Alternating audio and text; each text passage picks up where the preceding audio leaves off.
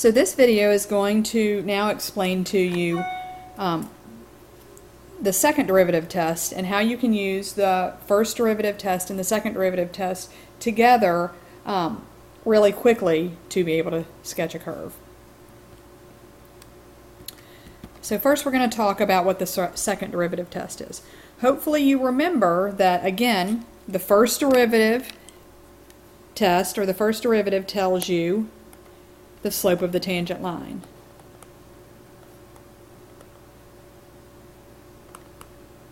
And the slope of the tangent line, if the slope of the tangent line is 0, we know we've reached a maximum or a minimum or a inflection point because that's where the slope is 0. The second derivative test, remember, determines concavity.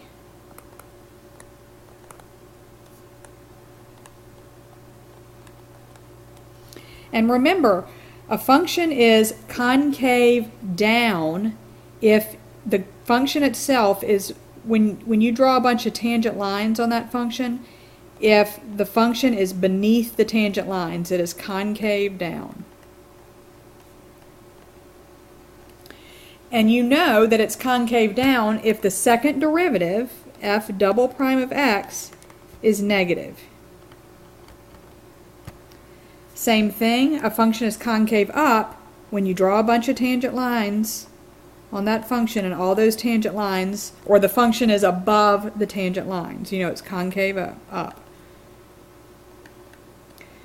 And when it's concave up, that means the second derivative is positive.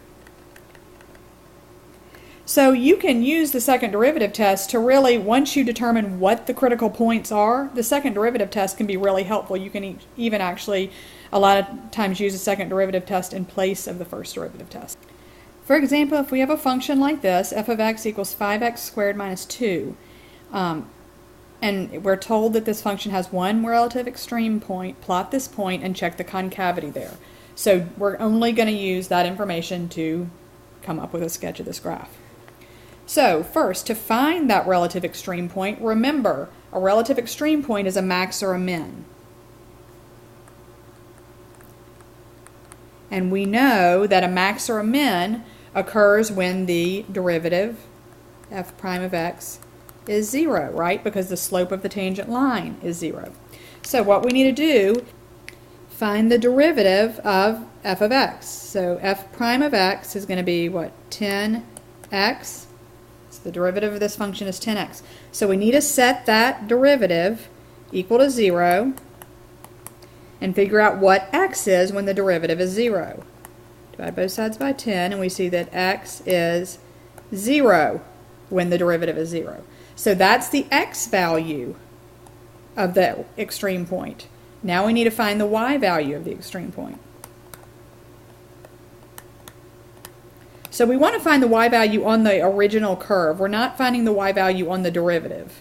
Okay, so we're going to just plug in f of 0 into the original function, 5 times 0 squared minus 2. So f of 0 is going to be negative 2. So that means the y value is negative 2. So our point, our relative extreme point, is going to be 0, negative 2. So 0, negative 2 is going to be, nope, that is incorrect. 0, negative 2 is actually going to be down here.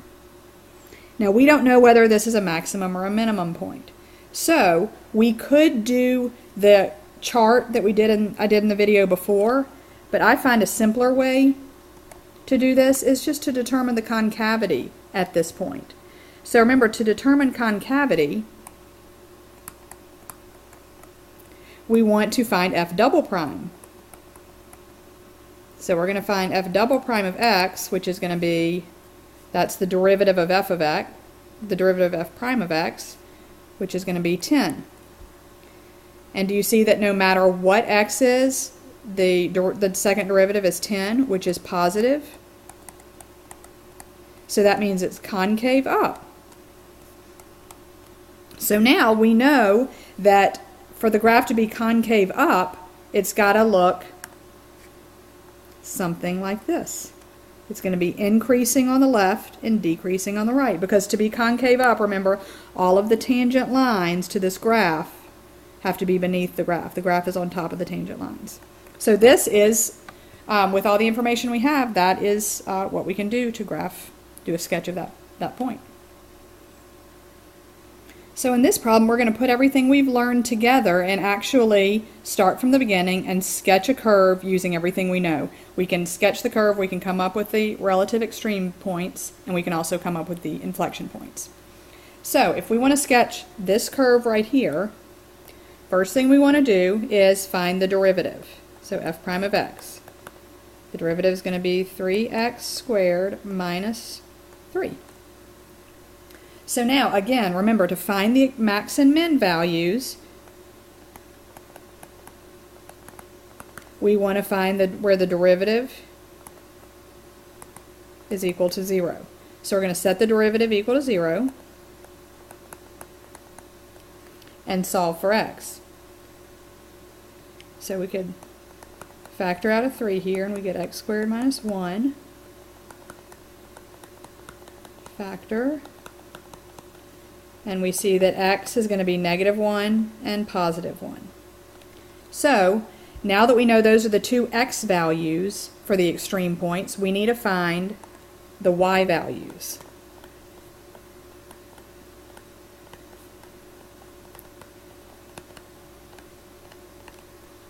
So to do that, we're just going to plug those values back into the original function. Remember that this original function is f of x right here. So we're going to say f of -1 is going to be -1 cubed minus 3 times -1 plus 7. And we get 9.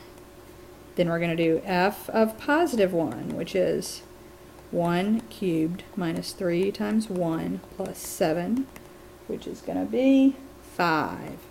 So our 2 points are going to be -1, 9, and +1, 5. So let's go ahead and plot those on our graph. We know those are 2 points on the graph, 2 extreme points. So we've got -1, 9, so -1, 1,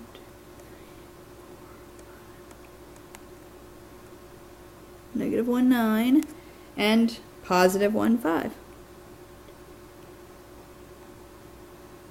Okay, we don't know whether these are going to be maximum or minimum values.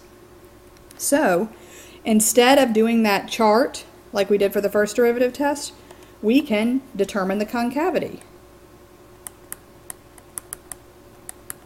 That's find f double prime of x. So f double prime of x is going to be the derivative of the first derivative. So that's going to be, what, 6x? So now, to find the concavity at -1, we say f double prime of -1, whoops, there, is going to be 6 times -1, which is -6. So that is negative, which means that this is going to be concave down at -1. So it's going to look something like that. Now let's find f double prime of +1. So it's going to be 6 times +1, which is +6, which is positive. Which that means it's going to be concave up at x equals 1. So now we have a pretty good idea of what our graph is going to look like. I would say it is probably going to start down in this direction, go down, and then right back up here. One of the things this question asked us, though, to find the inflection points. And remember, to an inflection point is where the concavity is 0. So to determine where the concavity is 0, let's set the second derivative equal to 0. So we're going to say f double prime of x has to be equal to 0. So it's going to be 6x equals 0. Solve for x, so divide both sides by 6, we get x equals 0. So that's the x value of the inflection point. To find the y value, we plug it back into the function. So f of 0 is going to be 0 cubed minus 3 times 0 plus 7. So f of 0 is going to be 7. So our point, our inflection point, is going to be at 0, 7. And if we go to 0, 1, 2, 3, 4, 5, 6, 7, my graph was drawn better. Do you see how that makes perfect sense? That our inflection point, or our point where the concavity changes, is at 0, 7. So it's concave down all the way to x equals 0, and then at x equals 0, the concavity changes at the inflection point, and it becomes concave up. We go back down this way. And so that's how you sketch these graphs. I hope this video helped, and that you can get 100 on your prep quiz.